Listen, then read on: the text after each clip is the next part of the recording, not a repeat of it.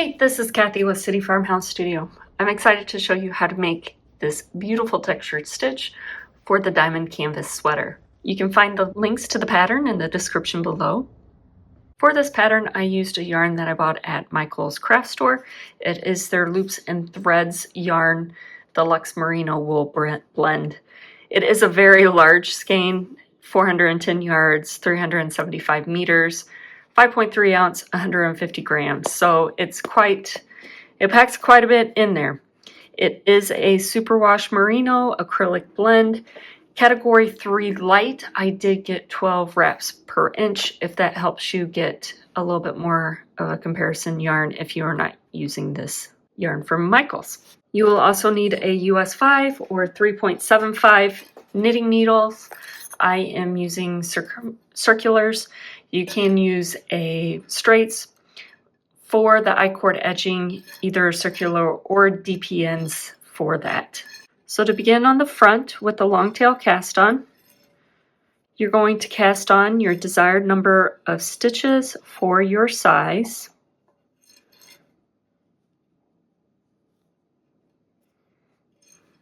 And I'm just doing a very short section of this to show you the stitches. And for the first 2 rows, you just work in stockinette. So first one is a knit row, and then your next row will be all purls.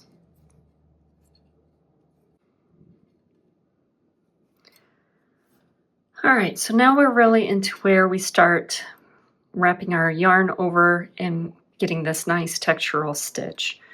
So the first 2 stitches are always going to be a knit or a purl stitch of the row, and then we're going to start our first stitch. And all this is a slip this next stitch over, and we're going to yarn over it at the same time. So you can bring your yarn forward, go into the stitch, slide it off, bring your yarn back, and there you have the stitch with the yarn over. As you go, it kind of gets, depending on how you knit, you will get your own little method of wrapping this yarn. But what I like to think of it is this stitch now has a shawl over it. So there's our slip one with 1 wrap or yarn over, and then we're going to knit 5.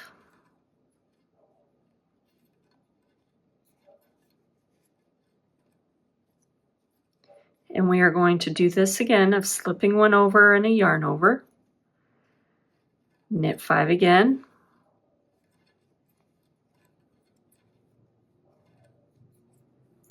and you keep doing this until there's only 3 stitches remaining, and we will slip 1 with the yarn over and then knit the last 2 stitches. On the purl rows, we're going to do pretty much the same thing, only instead of knitting, we're going to purl. So I'm going to purl 2. I'm to my stitch with the yarn over. Again, I'm going to bring now my yarn to the back side of the work, so opposite of what we do for the stitch. Insert into that stitch, so I have the previous yarn over and the stitch. Slide both of those off the needle, bring my yarn to the front, and now I have the stitch with 2 yarn overs, or kind of 2 shawls. Purl 5.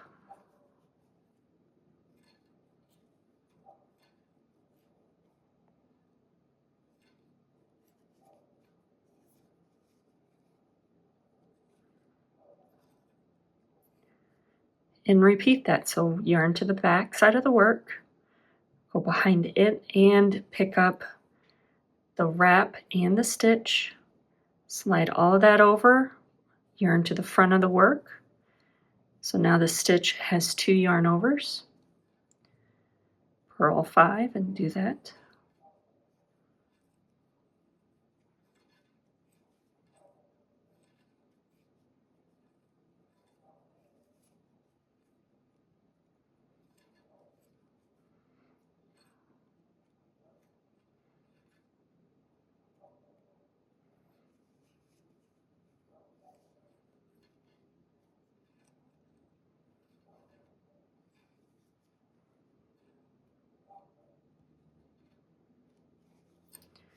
All right, so now we're just again repeating this 2 more rows, adding a yarn over each time.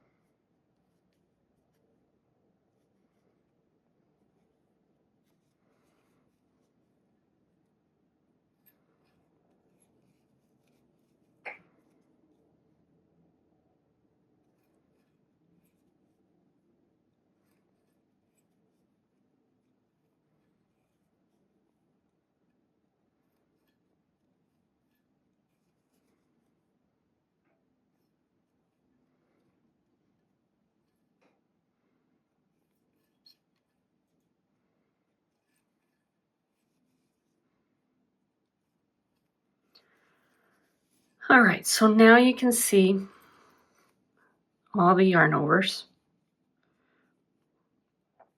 And we're going to want to now switch to the next set of repeats to create a new tuck. So we're going to knit our first 2. We're going to knit a stitch through all of those yarn overs and the stitch that is on the needle and slide those over. Now I'm just going to knit 2. And so where we did have the 5 in between each of the wraps, I want to make the stitch that's in between those my new wrap. So I'm going to slide that with the yarn over, knit 2, again knit everything that's in there, knit 2 more, slide and wrap, and then finish the row.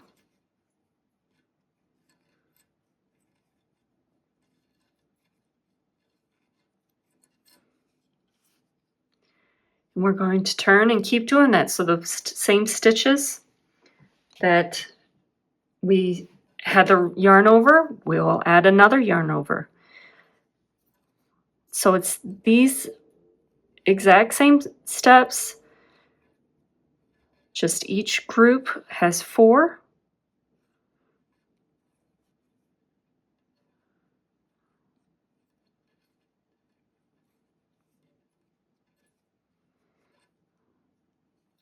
Before you knit them and move the yarn overs to a new stitch.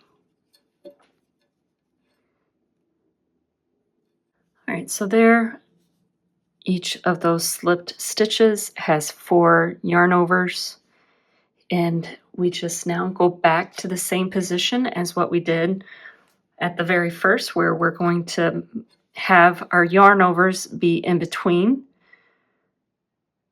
the current yarn overs. And that is exactly where we were before. So we're going to knit 2,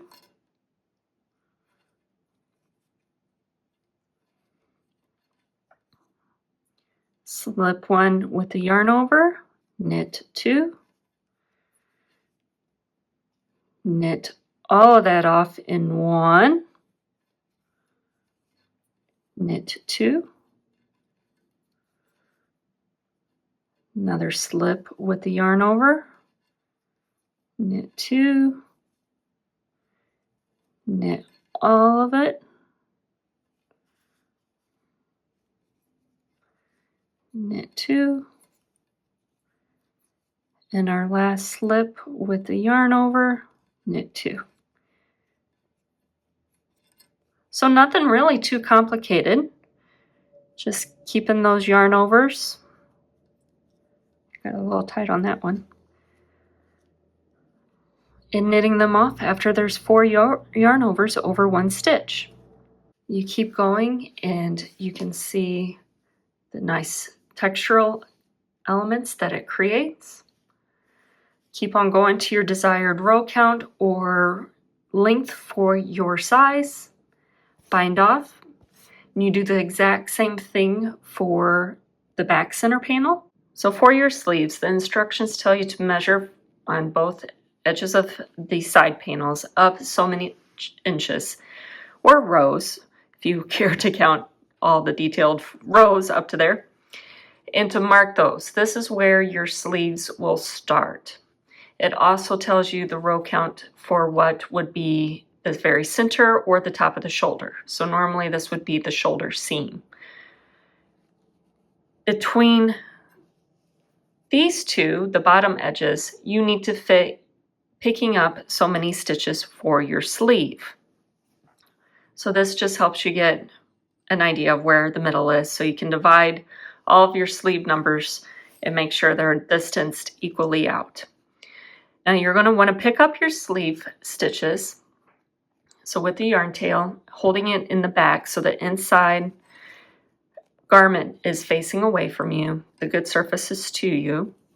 I'm going to the furthest right edge for me of the sleeve where I've marked, and I'm going to insert my needle into the edge stitch, going from the good surface to the back side of the work and pulling up 1 stitch, and I'm going to continue on down. Now some you will go right next to each other, and then you will need to space, so skip one of the rows before pulling it out, because if you look at your gauge, you have more rows than you in an inch than you do stitches per inch. So knowing, a quarter of this distance, I need to have a quarter of my sleeve stitches, can help you guesstimate how often to skip a row.